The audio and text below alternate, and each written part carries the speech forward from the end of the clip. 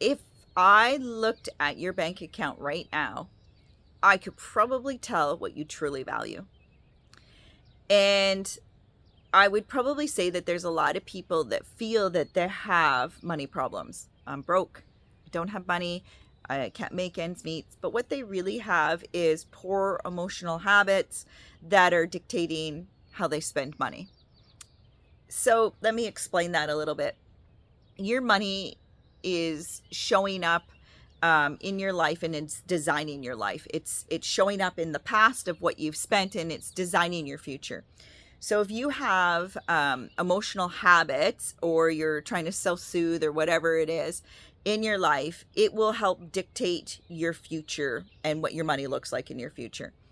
Let me talk about this from a retail perspective, because I worked in retail for the majority of my life, and I saw this happening a lot, where I would have staff that would be always saying, I need to make more money, I need a raise, I need this, I need to make more commission, whatever it was. And they would be definitely broke all the time, not making it till payday. And they always felt the solution is I just needed to make a little bit more money. And then I would say go, and I would be looking at my reports, and we would be auditing stuff, and I would be able to see what they actually spent on clothing in that month, or what they've spent on clothing in a year. And I could see what the spending habits were. And instantly I would know this person, it's not just about the wage. This person doesn't, maybe they deserve more money, not saying that they don't, but this person actually has an emotional addiction to spending, and their habits and what they're doing and their environment is feeding all to that. So the environment that they're working in is, always the newest, the funnest, the greatest, which is driving that. They have an emotional, propensity to lean towards buying. They probably got some kind of emotional charge or released of their endorphins when they purchased something, and they felt great about it, super happy with what they buy, and then they have no money to make it till payday, and then they crash. It's also a cycle in life, and that's probably a more extreme one, but that is definitely something I think that happens with a lot of people.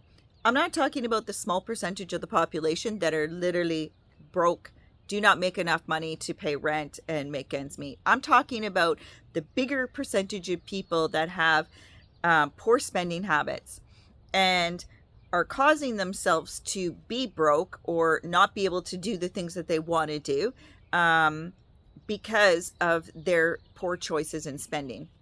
And it might seem not like a big deal, like especially if you're spending small amounts of money. Like I have a few friends that love to thrift shop. They thrift shop like crazy. But even that, you're going out into thrift stores, maybe you're only spending $5, $10, $20, or on consignment stores, same thing. And you're like, well, I'm saving money because I'm not spending it at a store. I'm not buying brand new. I'm helping the environment. Yes, those are all great things. But if you can't afford that $5, $20, $15, that adds up throughout the course of the month. And at the end of the month, you're not making ends meet. These are the things that I'm talking about.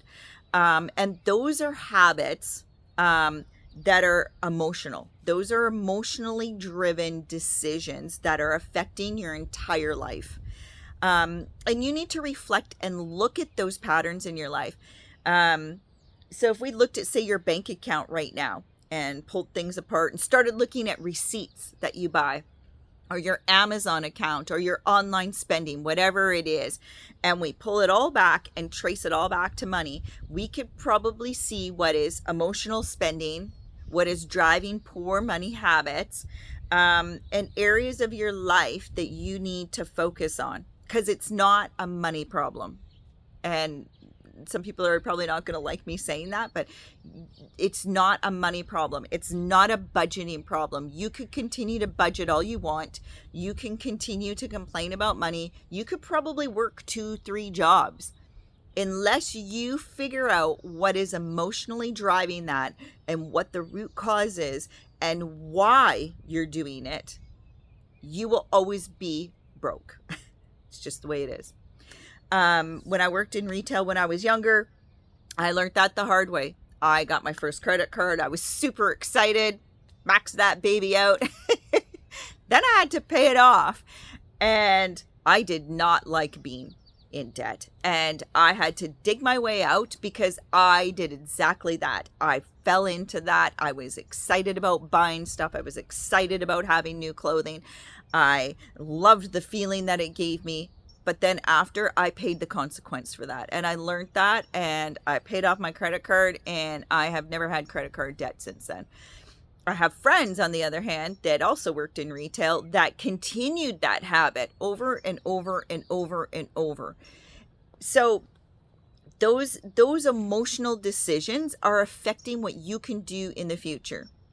And it can go deeper as well. Like, say you're a person that loves to go to school all the time and get student loans, and you continue to go to school and upgrade and go to school and upgrade, but you never land that job, or you never get a job that actually helps you pay off those debts. And then you have to declare bankruptcy, and then you end up in a cycle. That is what I'm talking about, is the poor decisions, the emotional decisions behind things that are driving those decisions. You're in the grocery store, you can't help it, you got to buy that new brush, that new gadget, that maybe your kids are with you and you're just buying whatever Squishimos or whatever it is.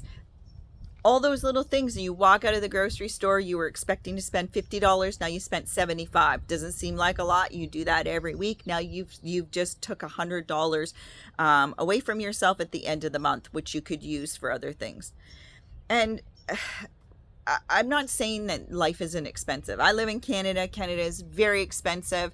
I know the United States is getting more expensive. If you live in the United States, check out property prices in British Columbia, in Greater Vancouver. You guys will probably be shocked, okay? Our cost of living is more expensive. Everything's getting more expensive. I fully recognize that. But what I'm interested in is designing your life so that you are not being reactive, but you are designing your life to be the life that you want it to be. So if you are in debt right now and have poor spending habits, I want to encourage you. First, look at what you're spending money on. When you have an urge to buy something impulsively, especially, or you're making a big decision about something, if you can't afford it, don't buy it. When those impulses come up, stop and recognize them and determine what is driving that. Because there is a reason why that's being driven. And that's probably a whole other video and topic that we could talk about, because there is an undercurrent there that is driving that. Okay. Recognize those things first, then try to stop the habit. Stop the habit. Maybe even take what you were going to spend and lock it in a jar or something, right? Just so you can see visually, this is what I would have spent on impulse this month. That actually might be very helpful for people nowadays, especially because nobody sees cash anymore. Nobody touches cash anymore. Go take that out of your bank account, stick it in a jar and lock it, right? And then at the end of the month or the end of a quarter or a year or whatever, count it and see how much you've actually saved. So do something opposite. Help to push against those emotional urges. Stop yourself. Recognize. And I just want to encourage you that you can overcome this. Other people have, and you can too. You do not need to have a money problem, and you do not need to allow your emotions to dictate your future and your spending. All right. Hopefully you liked this video. If you did, please like, subscribe. Have a great day. It's a beautiful spring day. Unfortunately, I got to go to work now. So yeah, have a great one. Encouraging you, smile, have a great day, make good decisions. We'll talk soon. Bye-bye.